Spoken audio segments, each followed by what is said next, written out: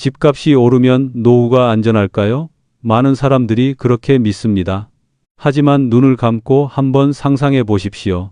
50년 동안 열심히 일해 손에 넣은 바닷가의 아파트, 누구나 부러워하는 12억짜리 집을 소유하고 있다고 해도 갑자기 병원 응급실에 실려갔을 때 통장에 남은 돈이 150만 원뿐이라면 어떤 기분이 들까요? 그 순간 집은 아무 쓸모가 없다는 사실을 깨닫게 됩니다. 부산 해운대에 사는 김영희 할머니는 바로 그런 상황을 마주했습니다. 남들은 그녀를 부러워했습니다. 와, 바다 보이는 아파트라니 노후가 든든하시겠어요.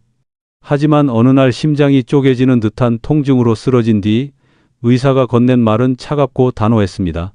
오늘 안에 수술비 700만 원을 준비하셔야 합니다. 그 순간 영희 할머니는 머리가 새하얘졌습니다. 집은 12억인데 당장 손에 쓸 수 있는 돈은 왜 이렇게 없는 걸까? 전화기 너머로 조카에게 울먹이며 도움을 요청해야 했을 때 그녀는 평생 처음으로 진짜 무력감을 느꼈다고 했습니다. 서울 종로에서 살아가는 이정호 할아버지도 크게 다르지 않았습니다. 그는 평생을 교사로 살며 성실히 모아 마련한 8억짜리 아파트에 거주합니다. 하지만 손주 생일 파티에서 작은 순간이 그의 마음을 무너뜨렸습니다. 내 손주가 천진난만하게 할아버지 용돈 주세요 라고 외쳤을 때 각자 5만 원씩 도합 20만 원이 필요했지만 그의 지갑 속엔 2만 원밖에 없었습니다. 신용카드를 꺼내려 했지만 이미 한도 초과. 결국 며느리 앞에서 다음에 줄게라는 말을 꺼내며 고개를 숙였습니다. 그날 집으로 돌아오는 길에 그는 오랫동안 차창 밖을 바라보며 생각했습니다. 나는 평생 교사였는데 손주에게 용돈 하나 제대로 주지 못하는 할아버지가 된 걸까? 이 두 이야기는 그저 개인의 불운일까요? 아닙니다. 대한민국 곳곳에서 이미 벌어지고 있는 현실입니다. 통계청 자료에 따르면 60대 이상 가구의 약 3분의 1이 매달 벌어들이는 돈보다 더 많은 돈을 지출하는 적자 가구로 분류됩니다. 집은 있지만 현금이 없어 기본적인 생활조차 버거운 사람들이 점점 늘고 있는 것입니다. 많은 사람들은 아직도 이렇게 말합니다. 그래도 집은 있으니까 괜찮아. 하지만 정작 위기의 순간 집은 하루아침에 현금으로 바뀌지 않습니다. 팔려고 내놓아도 3개월에서 1년은 걸리고 급하면 헐값에 내놓아야 합니다. 병원에서 의사가 오늘 밤 안에 수술비를 내셔야 합니다 라고 말할 때 집을 내다 팔 수 있는 사람은 없습니다. 손주의 웃음을 지켜주고 싶을 때 아파트를 쪼개서 10,000원짜리 지폐로 바꿀 수 있는 사람도 없습니다. 그렇다면 우리는 스스로에게 질문해야 합니다. 우리가 평생 붙잡고 있던 그 벽돌과 콘크리트가 과연 우리의 노후를 지켜줄 수 있는가? 아니면 우리가 정말로 붙잡아야 하는 것은 손에 잡히는 작은 현금 몇 장일까? 김영희 할머니와 이정호 할아버지의 이야기는 단순한 일화가 아니라 우리 모두가 맞닥뜨릴 수 있는 내일의 그림자입니다. 집이 아무리 커도 대출이 다 갚인 집을 소유하고 있어도 통장에 당장 쓸 돈이 없다면 그것은 허상에 불과합니다. 눈에 보이는 숫자는 늘어날 수 있지만 위기의 순간에 우리를 지켜주는 것은 오직 손에 잡히는 현금뿐입니다. 이 이야기를 시작하는 이유는 단순합니다. 충격적이고 불편할지라도 진실을 직시해야 하기 때문입니다. 노후를 지켜주는 것은 부동산이 아니라 오늘 당장 꺼내 쓸 수 있는 돈입니다. 그리고 그 돈이 얼마나 필요하며 어떻게 준비할 수 있는지를 아는 것이야말로 여러분 인생 후반부의 운명을 좌우할 열쇠가 될 것입니다. 지금 이 순간 통장 잔고를 떠올려 보십시오. 만약 내일 병원에서 큰 돈을 요구한다면, 손주들이 갑자기 용돈을 달라 한다면 당신은 어떻게 대답할 수 있을까요? 이 질문 앞에서 잠시라도 망설임이 생겼다면 오늘 이 이야기를 끝까지 들어야 하는 이유는 충분합니다. 사람들은 평생 모은 재산 중 가장 큰 것이 집이라고 믿습니다. 실제로 그렇습니다. 땀 흘려 모은 돈으로 마련한 아파트 한 채는 단순한 주거 공간을 넘어 자존심이 되고 노후의 든든한 버팀목처럼 보입니다. 그러나 김영희 할머니와 이정호 할아버지의 사례에서 보았듯이 그 집은 위기의 순간 아무런 힘을 발휘하지 못했습니다. 왜 이런 일이 벌어질까요? 부동산이 왜 노후를 지켜주지 못하는 걸까요? 첫 번째 이유는 부동산이 가진 본질적인 특성, 바로 유동성의 문제입니다.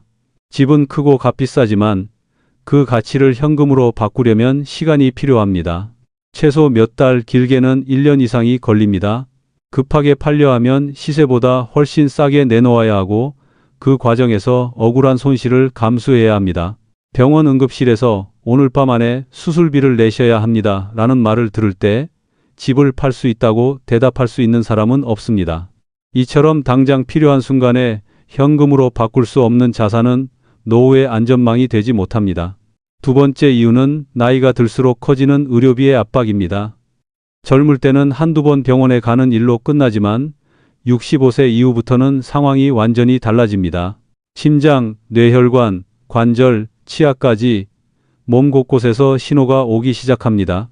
건강보험 심사평가원의 자료에 따르면 70대의 평균 의료비는 60대보다 2배 이상 많고 80대가 되면 3배 이상 치솟습니다. 이는 단순히 병원비뿐만이 아닙니다. 요양원 비용, 간병인 비용, 약값, 재활치료비 등이 눈덩이처럼 불어납니다. 김영희 할머니가 겪은 심장수술처럼 예고 없이 찾아오는 응급 상황은 집의 가치를 무력화시킵니다. 수억 원짜리 아파트가 있어도 그날 필요한 수백만 원을 만들 수 없다면 불안은 피할 수 없습니다. 세 번째 이유는 부동산 시장의 불확실성입니다. 지난 몇 년 동안 많은 사람들이 집값은 반드시 오른다고 믿었습니다. 2020년과 2021년에는 실제로 아파트 가격이 급등했고 집 한 채가 하루가 다르게 가격표를 바꿨습니다. 그러나 2022년 하반기 이후 상황은 달라졌습니다. 거래량은 줄고 가격은 하락세로 돌아섰습니다. 한국은행은 고령화와 인구 감소가 겹치면서 앞으로 주택 수요가 꾸준히 줄어들 것이라고 경고합니다. 실제로 지방 중소도시에는 빈집이 늘어나고 있습니다. 이정호 할아버지가 살고 있는 서울조차 더 이상 안전지대가 아닙니다. 사람들의 기대와 달리 부동산은 언제든 흔들릴 수 있는 모래성과도 같습니다. 네 번째 이유는 심리적인 측면입니다. 노벨상을 받은 심리학자 다니엘 카너먼은 인간이 같은 금액을 얻는 기쁨보다 잃는 고통을 훨씬 크게 느낀다고 말했습니다. 나이가 들수록 이런 손실 회피 성향은 더욱 강해집니다. 젊을 때는 실패해도 다시 일어설 시간이 있지만 70대에는 그렇지 않습니다. 집값이 떨어질 때마다 느껴지는 두려움은 단순한 숫자의 하락이 아니라 삶 전체가 흔들리는 공포가 됩니다. 반대로 통장에 현금이 있으면 금액이 크지 않아도 마음이 훨씬 안정됩니다. 당장 꺼내 쓸 수 있다는 사실만으로도 불안은 줄어듭니다. 다섯 번째 이유는 사회 구조의 변화입니다. 예전에는 자녀가 부모를 부양하는 것이 당연했습니다. 하지만 지금 세대는 다릅니다. 취업난, 결혼, 주택 마련, 육아 등으로 30, 40대의 평균 부채는 소득의 150%를 넘습니다. 부모가 혹시 어려우니 좀 도와줄 수 있니? 라고 말하는 순간 자녀들도 마음이 무겁습니다. 결국 부모가 집 한 채만 믿고 있다가 현금이 떨어지면 자녀에게 의존할 수밖에 없는 상황에 몰리게 됩니다. 그 과정에서 가족 관계가 흔들리고 갈등이 생깁니다. 집이 오히려 가족 사이를 갈라놓는 원인이 되는 것입니다. 여섯 번째 이유는 시간이 우리 편이 아니라는 점입니다. 집값은 장기적으로 오를 수도 있습니다. 하지만 70대 이후의 삶은 장기적이라는 단어와 어울리지 않습니다. 이제는 하루하루가 소중한 시기입니다. 10년 뒤 집값이 오른다고 해서 그것이 오늘의 병원비를 해결해 주지 않습니다. 집은 먼 미래의 가치일 수 있지만 현금은 지금 당장의 생명줄입니다. 결국 부동산은 든든해 보이는 껍데기일 뿐 우리의 노후를 지켜주는 실질적인 힘이 되지 못합니다. 김영희 할머니가 바닷가의 아파트에서 느낀 허무함, 이정호 할아버지가 손주들 앞에서 고개 숙인 순간은 모두 같은 진실을 가리킵니다. 집은 자산일 뿐 안전망은 아닙니다. 집은 우리를 지켜주는 성처럼 보이지만 열쇠는 다른 곳에 있습니다. 노후를 지켜주는 진짜 열쇠는 당장 꺼내 쓸 수 있는 현금입니다. 따라서 우리는 질문을 바꿔야 합니다. 집값은 얼마일까? 가 아니라 통장에 지금 얼마가 있을까?로. 인생 후반부의 안전은 외부 요인에 흔들리는 부동산이 아니라 내가 직접 관리할 수 있는 현금에서 비롯됩니다. 이것이 부동산이 노후를 지켜주지 못하는 가장 근본적인 이유입니다. 그렇다면 통장에 과연 얼마의 현금이 있어야 마음이 놓일까요? 많은 사람들이 막연히 조금만 있으면 되겠지라고 생각합니다. 그러나 막상 위기의 순간이 닥치면 그 막연한 기대는 무너지기 쉽습니다. 필요할 때 쓸 수 있는 돈이 정확히 얼마인지 계산하지 않았다면 결국 불안은 사라지지 않습니다. 노후의 평안을 위해서는 감에 의존하는 것이 아니라 분명한 기준을 세워야 합니다. 저는 이렇게 권합니다. 한 달 평균 생활비를 계산한 뒤 최소 24개월치에 해당하는 금액을 준비하는 것입니다. 여기에 의료비 비상자금 500만 원을 더해야 합니다. 왜 24개월일까요? 심각한 질병이나 경제적 위기가 닥쳤을 때 최소한 2년은 버틸 수 있어야 합니다. 2년은 부동산을 매각하거나 새로운 대안을 찾을 시간을 벌어주는 최소한의 기간입니다. 다시 말해, 이 기간을 버틸 수 있는 힘이 있어야 노후의 삶이 무너지지 않습니다. 부산 해운대의 김영희 할머니의 경우를 떠올려 봅시다. 그녀는 갑작스러운 수술비 때문에 당황했지만 만약 통장에 5천만 원이 준비되어 있었다면 상황은 달랐을 것입니다. 조카에게 울먹이며 도움을 청할 필요도 없었고 자존심이 무너지는 경험도 하지 않았을 것입니다. 서울 종로의 이정호 할아버지 또한 손주들 앞에서 머쓱하게 웃을 필요가 없었을 것입니다. 작은 지출처럼 보이는 20만 원이지만 그 순간을 막아줄 수 있는 것은 통장 속 현금뿐입니다. 전주의 박민수 씨는 소박한 삶을 살아갑니다. 그는 매달 150만 원으로 생활을 유지합니다. 이 경우 그가 준비해야 할 금액은 150만 원 곱하기 24개월, 즉 600만 원입니다. 여기에 의료비 비상금 500만 원을 더하면 총 100만 원이 됩니다. 큰 돈처럼 보일 수 있지만 이것은 사치가 아니라 생존의 안전망입니다. 인천에 사는 최순자 할머니는 사정이 다릅니다. 남편이 병환 중이라 매달 250만 원이 듭니다. 그녀에게 필요한 금액은 250만 원 곱하기 24개월, 0만 원에 500만 원을 더한 500만 원입니다. 가정마다 필요 금액은 다르지만 원칙은 같습니다. 생활비 2년치와 의료비 비상금. 이것이 최소한의 기준입니다. 어떤 이들은 이렇게 말합니다. 너무 많다. 우리 집 형편에 어떻게 그 돈을 마련하나? 하지만 생각을 바꿔야 합니다. 지금 준비하지 않으면 위기 순간에는 더 큰 대가를 치르게 됩니다. 병원비를 마련하기 위해 집을 급매로 내놓아야 할지도 모르고 자녀에게 손을 벌리며 관계가 틀어질 수도 있습니다. 오히려 이 금액을 준비해 두는 것이 불필요한 갈등과 수치를 막아주는 최소한의 보험입니다. 더 여유로운 노후를 원한다면 36개월치 생활비를 준비하는 것도 좋은 방법입니다. 새해 동안에 안전망이 갖춰진다면 어떤 위기에도 흔들리지 않고 버틸 수 있습니다. 집값이 떨어지든 경제 상황이 나빠지든 의료비가 급등하든 최소한의 삶은 지켜낼 수 있습니다. 이것은 단순한 돈의 문제가 아니라 선택권의 문제입니다. 돈이 있으면 내가 어떤 병원에서 치료를 받을지, 어떤 요양원을 선택할지, 손주에게 얼마나 도와줄지를 스스로 결정할 수 있습니다. 하지만 돈이 없다면 선택권은 사라지고 그 자리에 불안과 수치만 남습니다. 여기서 중요한 것은 단순히 금액만이 아닙니다. 그 돈을 어디에 어떻게 보관하느냐가 더 큰 차이를 만듭니다. 예금자 보호 제도는 은행당 5천만 원까지만 보장합니다. 따라서 반드시 여러 은행에 나누어 예치해야 합니다. 5천만 원이 필요하다면 A은행에 2천만 원, B은행에 2천만 원, C은행에 1천만 원을 분산하는 방식입니다. 이렇게 해야 예기치 못한 상황에서도 안전하게 자산을 지킬 수 있습니다. 김영희 할머니가 말했습니다. 내가 평생 집 한 채만 바라보고 살았는데 막상 필요할 때는 아무 소용이 없더라. 이제야 알겠다. 마음을 지켜주는 건 집이 아니라 통장 속 현금이었다. 그녀의 고백은 우리 모두에게 던지는 질문입니다. 당신의 통장에는 지금 얼마가 있습니까? 만약 내일 큰 병원비가 필요하다면, 손주들에게 작은 도움을 주고 싶다면 그 순간 바로 꺼내 쓸 수 있는 돈이 있습니까? 노후의 평안은 멀리 있지 않습니다. 우리가 매일 확인하는 작은 숫자, 바로 통장 잔고에서 시작됩니다. 그것이 많든 적든 준비되어 있다는 사실이 삶을 든든하게 만듭니다. 그리고 그 준비는 오늘부터 시작할 수 있습니다. 늦었다고 생각하는 순간이 가장 빠른 출발점입니다. 현금은 단순한 돈이 아닙니다. 그것은 내 삶의 선택권이고 내 존엄을 지켜주는 마지막 방패입니다. 현금이 중요하다는 사실을 깨달았다면 이제는 행동이 필요합니다. 머리로만 아는 지식은 삶을 바꾸지 못합니다. 지금 이 순간부터 작은 실천을 쌓아가야 합니다.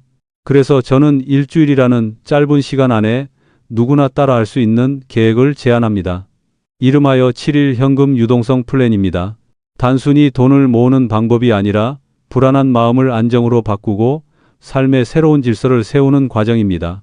첫째 날에는 가계부를 써야 합니다. 많은 사람들이 돈이 부족하다고 말하지만 정작 어디에 얼마를 쓰는지는 알지 못합니다. 김영희 할머니 역시 처음엔 생활비가 대체 얼마나 나가는지 제대로 알지 못했습니다. 하지만 지난 석 달간 카드 명세서와 통장 내역을 하나하나 정리해보니 생각보다 불필요한 지출이 많았습니다.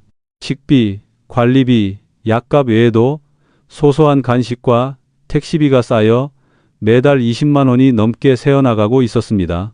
단순히 돈의 흐름을 기록하는 것만으로도 절약할 수 있는 가능성이 보였습니다. 가계부는 단순한 장부가 아니라 돈이 흘러가는 길을 보여주는 지도입니다. 둘째 날에는 비상금 전용 계좌를 만드는 일에 집중해야 합니다. 생활비와 뒤섞이면 절대 안 됩니다. 응급 상황을 위한 돈은 손쉽게 꺼내 쓸 수 있어야 하지만 동시에 아무 때나 손대서는 안 됩니다. 그래서 반드시 기존 계좌와 분리해 별도의 계좌를 만들고 체크카드나 현금카드를 연결하지 않는 것이 좋습니다. 이정호 할아버지는 그 계좌를 안심통장이라고 이름 붙였습니다. 여기 있는 돈은 절대 건드리지 않는다는 규칙을 세우자 그는 매일같이 마음이 든든해졌다고 말했습니다. 작은 습관이지만 그 심리적 안정감은 무엇과도 바꿀 수 없습니다. 셋째 날에는 사다리식 예금을 설계해야 합니다. 모든 돈을 한 번에 묶어두면 급한 상황에 대응하기 어렵습니다. 반대로 너무 짧게만 묶어두면 금리 혜택을 놓칩니다. 따라서 6개월, 12개월, 18개월, 24개월로 나누어 예치하는 것이 좋습니다. 이렇게 하면 매 6개월마다 일정 금액이 돌아오고 필요한 순간 유동성을 확보할 수 있습니다. 김영희 할머니는 이 방법으로 2천만 원을 4개의 계좌에 나누었습니다.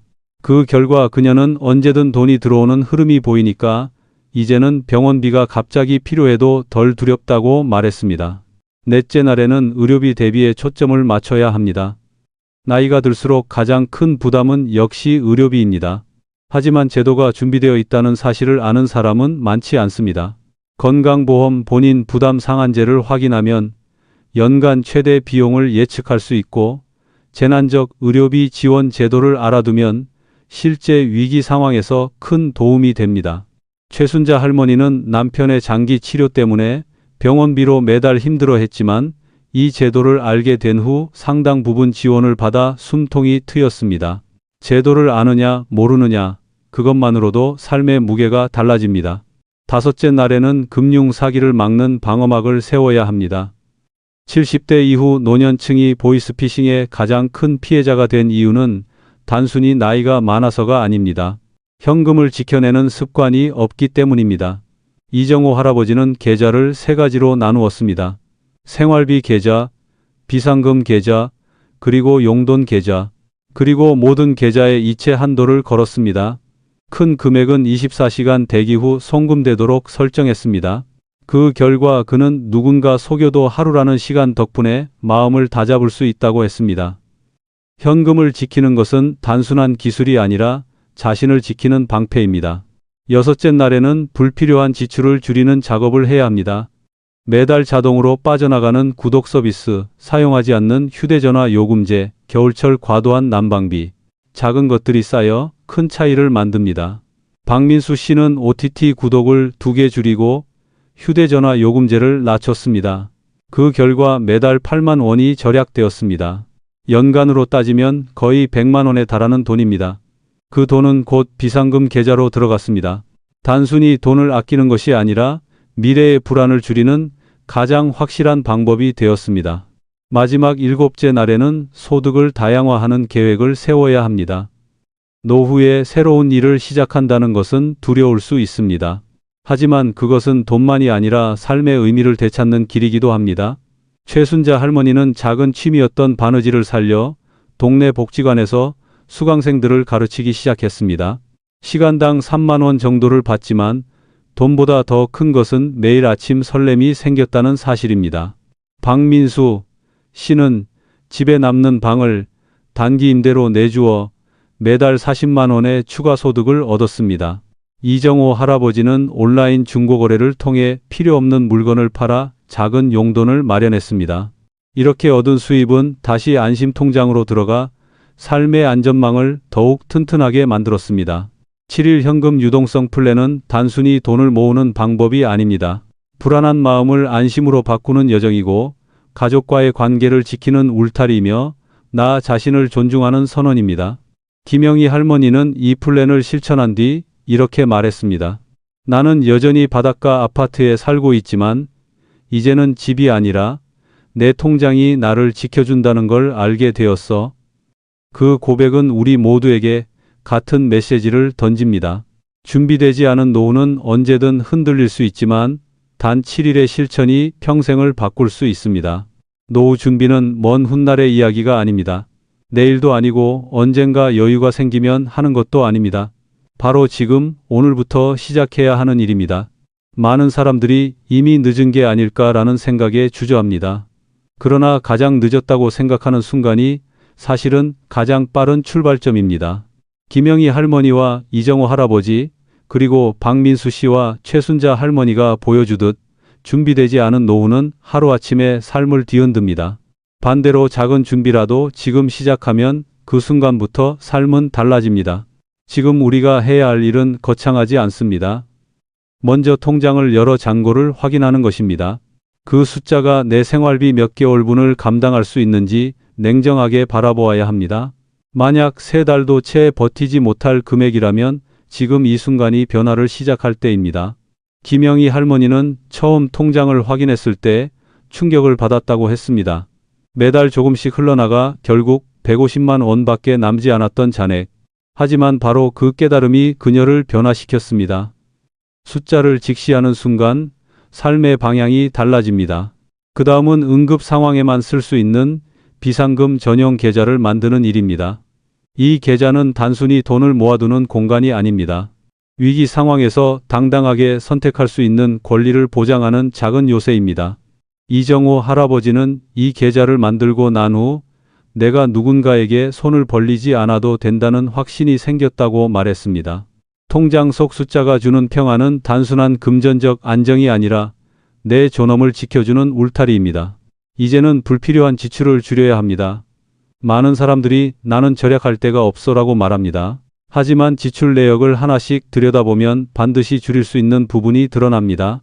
OTT 서비스, 휴대전화 요금제, 사용하지 않는 보험, 작은 사치들이 매달 수십만 원을 빼앗아 갑니다.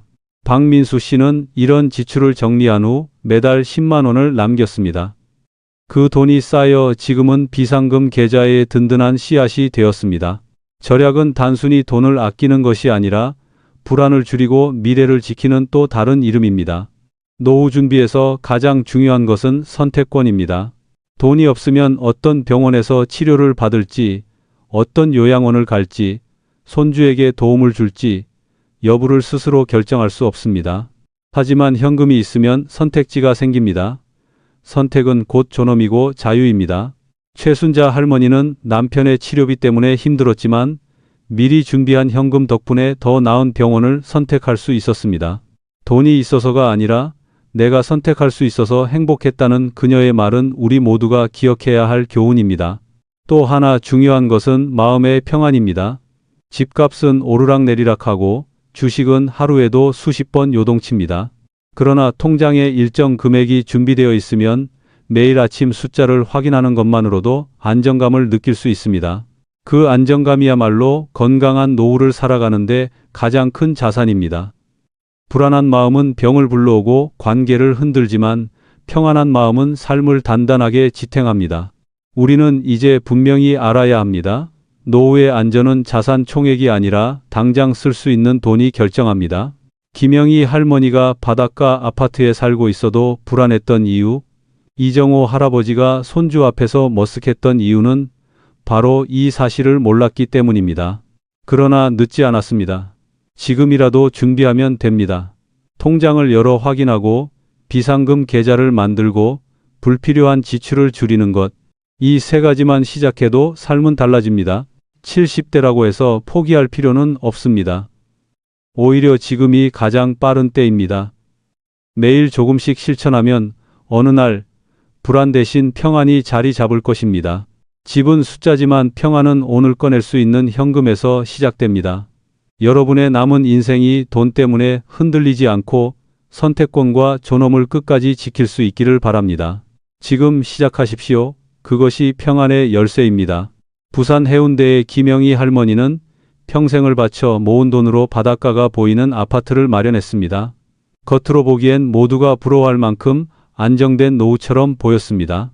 그러나 어느 날 갑작스러운 가슴 통증으로 병원에 실려갔을 때 그녀는 가장 큰 시련을 마주했습니다. 의사가 오늘 안에 수술비 700만 원을 준비하셔야 합니다. 라고 말했지만 통장에는 고작 150만 원만 남아 있었습니다. 아무리 비싼 아파트가 있어도 그 순간 당장 꺼내 쓸 수 있는 돈이 없다는 사실이 그녀를 절망으로 몰아넣었습니다. 결국 조카에게 울먹이며 도움을 청할 수밖에 없었고 그녀는 처음으로 돈 앞에서 무너지는 자존심을 경험했습니다. 집값은 하늘 높은 줄 모르고 올랐지만 정작 그녀의 마음을 지켜줄 수 있는 건 단 한 푼의 현금이었습니다. 서울 종로에 사는 이정호 할아버지도 다르지 않았습니다. 평생 교직에 몸담으며 성실하게 살아온 그는 8억 원짜리 아파트를 가지고 있었지만 손주의 생일 파티에서 큰 당혹을 겪었습니다. 내 손주가 할아버지 용돈 주세요. 라고 천진하게 웃으며 외쳤을 때 그 순간 그는 지갑 속에 2만 원밖에 없다는 사실을 깨달았습니다. 손주 한 명에게도 제대로 용돈을 주지 못하는 자신의 모습을 바라보며 그는 마음 깊은 곳에서 무력감을 느꼈습니다. 며느리 앞에서 머뭇거리며 다음에 줄게 라고 말할 때 그는 자신이 한순간에 초라한 할아버지가 된 것만 같았습니다. 그의 아파트는 여전히 굳건히 서 있었지만 손주의 웃음을 지켜줄 수 있는 힘은 현금에서 나오지 않았습니다. 전주의 박민수 씨는 소박하게 살아가는 평범한 노인이었습니다. 그는 월 150만 원으로 검소하게 생활하며 큰 욕심 없이 살았지만 만약 갑작스러운 병원비가 발생한다면 어떻게 될까 하는 두려움은 늘 마음 한구석을 짓눌렀습니다. 그래서 그는 통장에 생활비 24개월치와 의료비 500만 원을 준비하기 시작했습니다. 매달 절약한 돈을 조금씩 모으며 그는 점점 마음이 달라졌습니다. 단순히 돈이 모여가는 게 아니라 두려움이 조금씩 사라지고 안도감이 자리 잡기 시작했습니다. 돈은 단순히 생활을 지탱하는 수단이 아니라 마음의 평안을 보장하는 가장 확실한 안전망이었던 것입니다. 인천의 최순자 할머니는 남편이 병환으로 오랫동안 요양 중이었습니다. 매달 250만 원이 넘는 지출은 그녀를 지치게 했습니다. 그러나 그녀는 준비된 현금 덕분에 상황을 조금은 안정적으로 감당할 수 있었습니다. 병원비가 급하게 필요할 때마다 통장에서 꺼낼 수 있는 돈이 있었기에 헐값에 집을 팔지도 않았고 자녀에게 손을 벌리지도 않았습니다. 그녀는 돈이 많아서가 아니라 내가 선택할 수 있다는 게 나를 살린 거예요 라고 말했습니다. 준비된 현금은 단순한 숫자가 아니라 존엄을 지켜주는 마지막 방패였습니다. 이들의 이야기는 결국 한 가지 사실을 가리킵니다. 노후를 지켜주는 것은 집값이나 자산의 총액이 아닙니다. 당장 꺼내 쓸 수 있는 현금, 바로 그것이 삶의 안전과 평안을 보장합니다. 아무리 크고 비싼 아파트를 소유해도 하루아침에 현금으로 바꿀 수 없다면 위기의 순간 무력할 수밖에 없습니다. 반대로 통장에 생활비 2년치가 준비되어 있다면 어떤 위기에도 당당할 수 있습니다. 돈은 단순히 생활비를 충당하는 수단이 아니라 선택권을 지켜주고 관계를 지켜주며 존엄을 끝까지 붙들어주는 힘입니다. 여기서 우리가 배워야 할 교훈은 분명합니다. 첫째, 노후의 평안은 자산의 크기에서 오지 않습니다. 눈앞에서 꺼내 쓸 수 있는 현금에서 옵니다. 둘째, 준비는 늦지 않았습니다. 지금 이 순간부터 통장을 열어 잔고를 확인하고 비상금 전용 계좌를 만들고 불필요한 지출을 줄여 나간다면 누구든 새로운 길을 시작할 수 있습니다. 셋째, 현금은 단순히 돈이 아니라 삶의 선택권입니다. 내가 어떤 병원에서 치료를 받을지, 손주에게 어떤 도움을 줄지, 노후에 어떤 삶을 살지를 스스로 결정할 수 있게 하는 힘이 바로 현금입니다. 오늘 우리의 삶을 돌아봅시다. 혹시 나도 김영희 할머니처럼 집은 크지만 통장이 텅 비어 있지는 않은가? 이정호 할아버지처럼 작은 지출조차 감당하지 못해 체면을 구길 수 있는 상황에 놓여 있지는 않은가? 지금 이 질문 앞에서 잠시라도 망설임이 있다면 오늘 당장 변화를 시작해야 할 때입니다. 지금 준비한 한 걸음이 내일의 불안을 막아주고 모레의 평안을 지켜줄 것입니다. 여러분의 인생 후반부가 돈 때문에 흔들리지 않기를 진심으로 바랍니다. 집은 숫자일 뿐이지만 평안은 오늘 당장 꺼낼 수 있는 현금에서 시작됩니다. 늦지 않았습니다. 지금 시작하십시오. 준비된 현금은 당신의 삶을 단단히 지켜줄 것입니다. 이 영상이 마음에 와닿으셨다면 구독과 좋아요를 눌러주세요. 여러분의 작은 응원이 저희에게는 큰 힘이 되고 앞으로도 더 깊고 따뜻한 이야기를 전할 수 있는 원동력이 됩니다. 다음 영상에서 더 좋은 내용으로 다시 찾아뵙겠습니다.